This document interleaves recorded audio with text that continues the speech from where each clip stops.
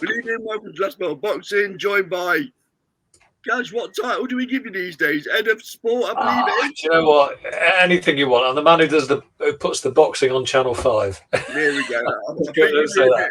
you've been a bit humble there, Caj. I was going to go for Channel 5 legend. Let's go for that, shall we? I'm too young to be a legend, surely. Yeah, own goal by me, I think. But yeah, moving on swiftly, I think.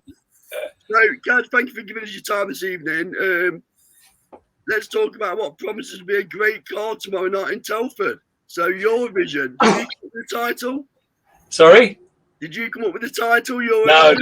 I'll leave that to the guys at Wasserman. I mean, it's the sort of so every year, we put on at least 6 fights a year, free to air, and so this is the first one of the year of our new sort of year together. So we wanted to start with something that would make a bit of a statement, and so I think it's an amazing card, really, what the guys have put together at Wasserman and the Sauerland guys, and led by Sam Eggington, as far as we know, has never been in a bad fight. And I think I was looking at Boxing News today, and in their sort of preview of it, I think it said the headline said "Slugfest incoming." So I think you know what you're going to get between these two guys. The Wasserman guys, the Sauerland guys have a lot of promise in Abbas Barrow as well. They think this is a guy who could really go somewhere. So it's a big challenge for both of them, and it's a local fight for Sam. So we're expecting it to. My guess is it's going to, like Sam fights do, it'll go the distance. one thing about the Sauerland brothers, they're very good at marketing, aren't they? When they start tapping into the England versus Germany European competition market, very shrewd. Yeah. I mean, look, they've got such good links in Europe. From their past and everything else, they can bring out some boxers that a lot of them, certainly me, I might not always have heard of them, but they know who's got a pedigree, and they know what the deal is with Channel 5 is you've got to put on a competitive fight. That's the challenge to them every time. And to be fair to them, they take risks with their fighters. We've been lucky, I think, last year when, again, Boxing News, when they did their top 10 British fights of the year, 2 of them were ones on Channel 5. So, little old Channel 5, we have, minuscule budgets, but we managed to get 2 of the fights that were rated as fights of the year in the top 10. And so having those kind of promoters who are willing to take a little bit of a risk, and it's happened to them. It's punched them in the face, metaphorically speaking, a couple of times where fighters have lost. Obviously with Lee McGregor recently when we were up in Scotland, with Matty Harris, who we put up against quite a good Ukrainian. That one, Cash. That shocked me. That result did. Yeah, well, Matty's back. He's back on this bill, funnily enough. Yep. And he's got a new trainer. He's with, I think he's with Peter Fury now. So, who knows his way inside out of the heavyweight division. So, I think we're too quick, aren't we, with boxers to say you lose one, that's it, you're out, and you've got to start again. People have said that about Sam for years as well. But with Matty, I think he's got a future there. He's got a future. So we'll see him rebuilding from Friday night at 10 o'clock. Catch. Difficult question, but I'm going to ask it. Do Channel 5 accept that they've got a certain place in the, I want to use the word food chain of boxing? Because obviously you've got people like Josh Keller, who fights on Channel 5 for a series of fights and all of a sudden jumps onto his own for a fight. Yeah. Is there an acceptance within Channel 5 that's going to happen? Yeah, I think it always has. Because, to get those bigger budgets for the bigger fights, we don't have that. But we accept that. And we say, look, if you want to see the stars of the future, this is a good place to start. In the past, if you look even traditionally way back before my time, Tyson Fury, I think Chris Eubank, there's been fighters on here who've gone on. Hughie Fury's gone on. Lyndon Arthur, who's been on our bills, ended up, fighting a very high-profile fight in Saudi Arabia. Josh, as you mentioned. We hope some of these guys will come back at some time and fight for us. But, we know how it works. It's kind of a deal for both of us in the sense that what we do for those fighters is give them a profile. We get millions of people watching rather than hundreds of thousands or even tens of thousands. So what they do get from us for profile, what we get in exchange is some really promising fighters on their way up. Josh Taylor as well, thinking about it in the past. But that's okay. We know that's how it works. Hopefully one day, who knows, one day we've got the capacity to offer them something and keep them within the Paramount network. But that isn't where we are right now. But like you said, you're obviously doing something right because you're getting Fight of the Years, two fights on the list, right? So there's obviously a market there as well, isn't it? Like you said, the thing you can offer is eyeballs, right? And it's like if you're a casual fan, if you like boxing, but you're not mad about it, are you going to pay the extra money that you have to pay to watch it behind the paywall? You might do, you probably not. So what we're looking at is for that audience, as well as the committed boxing fans, but also for that audience that just doesn't get to see the sport anymore, to be able to see it at least 6 times a year. And then we want those fights to be real fights, not to be a warm-up or another fight where somebody's just going to walk through it or it's going to be over by 2 rounds. And, for a lot of promoters, that's a challenge. And again, that's why my hat goes off to Wasserman, because we've said to them, this is what we need for it to work. Are you willing to do that? And it would be easy for them to say, no, look, these are, commodities that we're building, because, people talk about boxers like that sometimes. We're not willing to take a risk. But I have to say, in all the fights, they've taken a risk, and it could have been that it's backfired, and it probably has. We had Gorman on not so long ago, and that backfired. So it's a long way back for him. So yeah, it's difficult, but I think there's a place for boxing on free to air, because if imagine if we didn't do it, then if you're a boxing fan, it's really difficult to watch, especially with cost of living, things like that. Yeah, it's not easy, and that's what I'd say. That this Sam Eglinton fight against Abbas Baru is a good fight. It's a good quality, and it's for a good title. So this is the sort of the quality that we should be aiming for. We won't always get there because everything is expensive, and boxing's expensive. And eliminated for the WBA as well, Caj?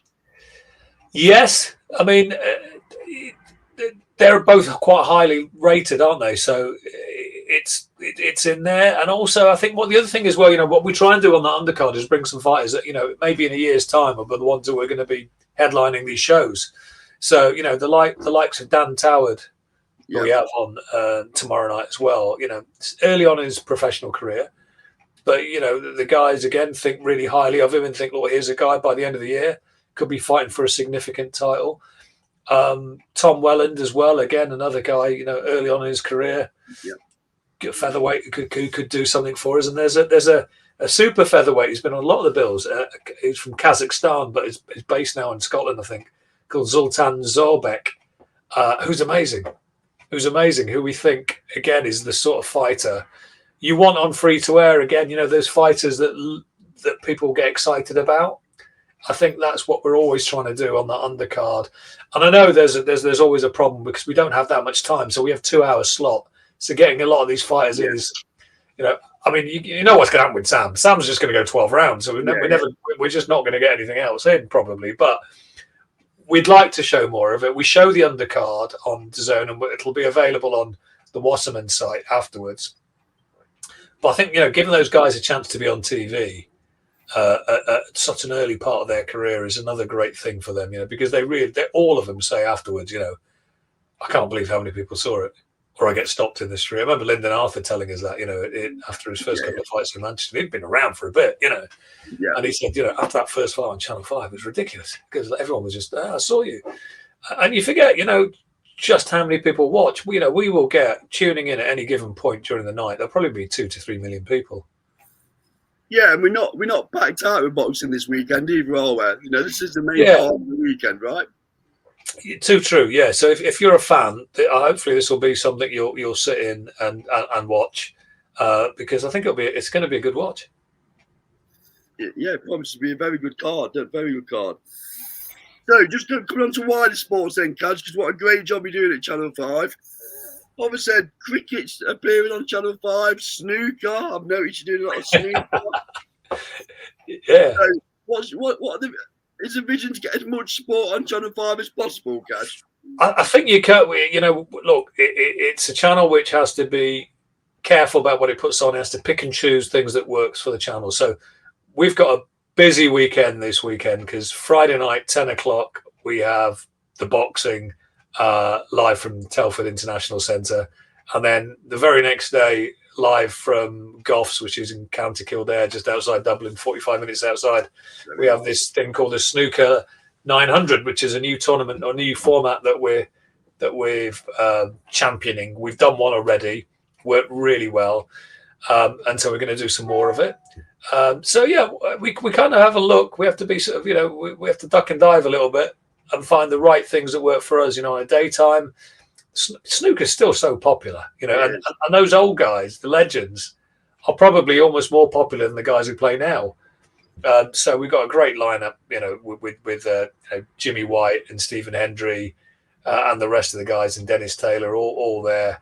And it's a sort of format because these guys, when you get older, what we find is it's harder for them to do it over a long period of time, but over a short period of time, which these are because they're 15-minute frames, they can just still play as well as they can ever play. So you get a fantastic sort of matchup between the guys, and it's a bit of fun. So yeah, it's good. One thing about your approach towards sports, as in Channel 5 or Paramount, you're always looking for innovation, aren't you, Caj? You're always looking it's very innovative the way you approach what you're going to select for the channel and what you're not. Yeah, I mean, that's partly because we don't have that much money. Say that. So that always makes you think in a different way. Yeah, so, you know, we have to get more bang for a buck than anybody else, I think, you know, for it to work. But I think, you know, more than anything, I think the boxing is something we've been committed to over a number of years now. And I don't know what the plans are for the rest of the networks, free-to-air networks, the BBC and ITV, because, you know, traditionally where the boxing lived for so long. Yeah. I don't see anything on the horizon there at the moment. So I think even more important for us to make sure, you know, if you're a kid in a household that can't afford Sky or BT, how are you going to get that bug that we all did by watching Sports Night or, you know, watching live boxing on ITV or live boxing on the BBC?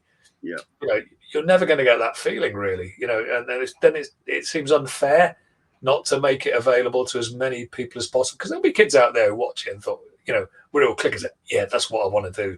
You know, and if you can't watch it, then you can't see it. And the last one from me, Caj, we agreed to a certain time limit on this one. So, Saudi Arabia. Yeah. Good or bad for boxing? What's your personal view? Your personal view. Personal view is got to wait and see, really.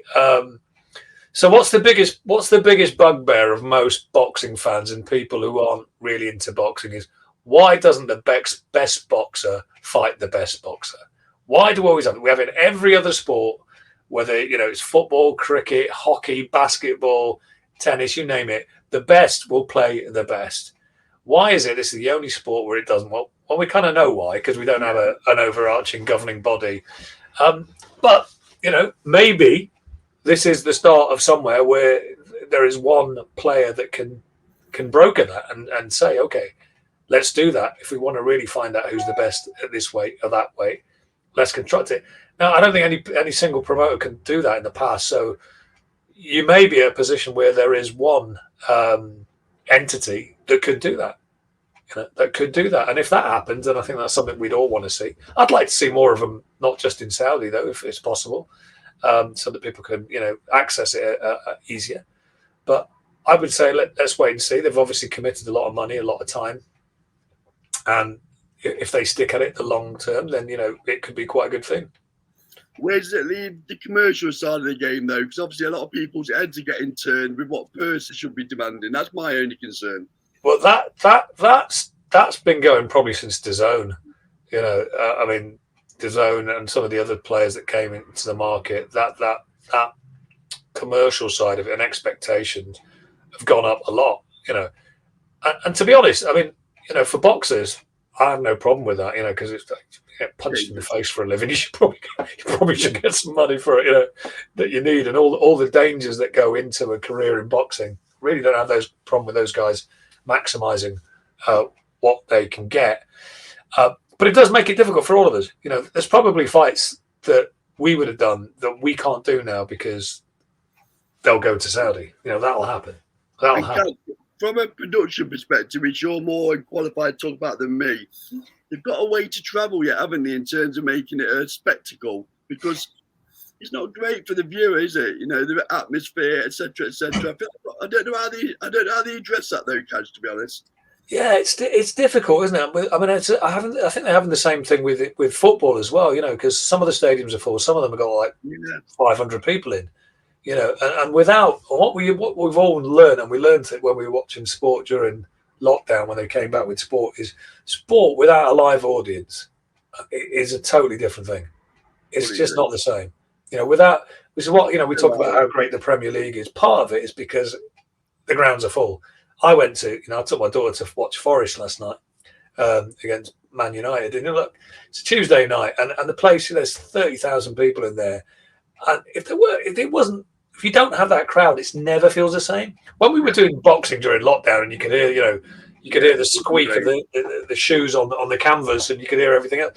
It didn't feel right, you know. And I think in Saudi that's still probably the challenge: is how do you get that buzz and that feeling into a crowd where, you know, it's a place you really want to go.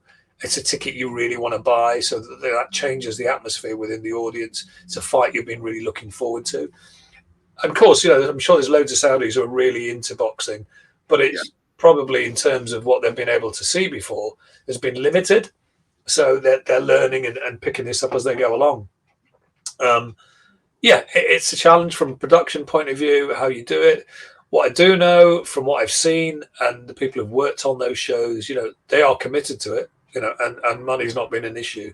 So there's probably a way around that eventually. And I do wonder if whether, you know, they branch out and have events elsewhere. You know, maybe that's what they'll do. Okay, final bit then, Caj. So I want you to find your inner Caj Sohal, look down the camera and tell our followers why they should either watch or attend Telford tomorrow night. Well, I don't think you can attend because I think the tickets are sold out. But I could be wrong. But if you're in Telford and there are tickets, then do come. We'll be on Channel 5 from 10 p.m. all the way past midnight, and you will see what Boxing News says, never mind me, is a potential fight of the year. The two men who do not step back and who will probably be toe-to-toe for 12 rounds in what's likely to be quite punishing but incredibly exciting boxing. And it's not something you see every day. It's not something you'll see every day. And Sam Eggington is that kind of guy, you know, so everything's going to be given up in that ring between these two guys. I don't know who's going to win. The bookies don't know who's going to win. So I think if you want to see that great fight, plus you want to see some of the stars of the future, you know, guys who will be fighting for world titles in the next 2 years, then this is the place to be. 10 p.m. Channel 5 Friday night. Well, Caj, this is your hat-trick of appearances on Last World Boxing, so you don't get nothing, by the way, but I just thought I'd let you know. So really it's good to know. It's good to know. Well, I'm always happy to come back whenever you need me. Really appreciate your time, Caj. Look, I'll see you in person tomorrow at Telford. Yeah, looking forward to it. Thank you for talking to Last World Boxing, and we'll speak with you soon. Cheers. Take care. Cheers. Bye. Cheers.